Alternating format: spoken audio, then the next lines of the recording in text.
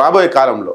మన భారతదేశ స్వతంత్ర ఆగస్టు 15th రోజు పెట్రోలియం శాఖ ఒక పోస్టర్ రిలీజ్ చేసింది.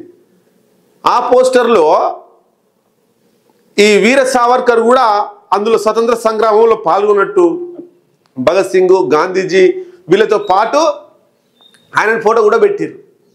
అంటే రాబోయే కాలంలో కేంద్ర మంత్రి పెట్రోలియం శాఖ అట్లా చేస్తే అంటే చరిత్రను వక్రీకరించడమే కదా.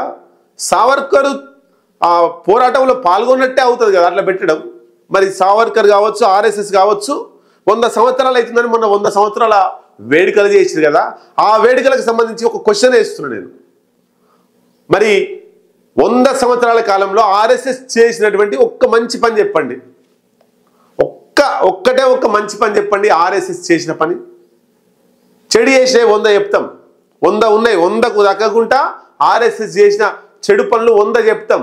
కానీ ఆర్ఎస్ఎస్ చేసిన ఒక్క మంచి పని ఆర్ఎస్ఎస్ చెప్తుందా? నరేంద్ర మోడీ గారు చెప్తారా? గాంధీజీని చంపిర్రు ఆర్ఎస్ఎస్ వాళ్ళు, గాడ్సే. అసలు భారతదేశ స్వతంత్ర ఉద్యమంలో పాల్గొనడు, నేను బ్రిటిష్ వారికి అనుకూలంగా మారతా, ఈ స్వతంత్ర ఉద్యమానికి వ్యతిరేకంగా ఉంటాని సావర్కర్ రాసిండు కదా బ్రిటిష్ వాళ్ళకి లెటర్. మరి అదేంది? భారతదేశ స్వతంత్రం కోసం కొట్లాడకుండా బ్రిటిష్ వాళ్ళ కాలు మొక్కి వాళ్ళకి లొంగిపోయిండు. అది తప్పు కాదా? అంటే చరిత్రను వక్రీకరించి భారతదేశానికి స్వతంత్రం మేమే తెచ్చినామని చెప్తారు. ఇంకొక దరిద్రం చూపిస్తాం మీకు. అసలు ఏంది, ఏమనాలి, ఏమనకూడదు అనేది మనం చూద్దాం. ఏదది?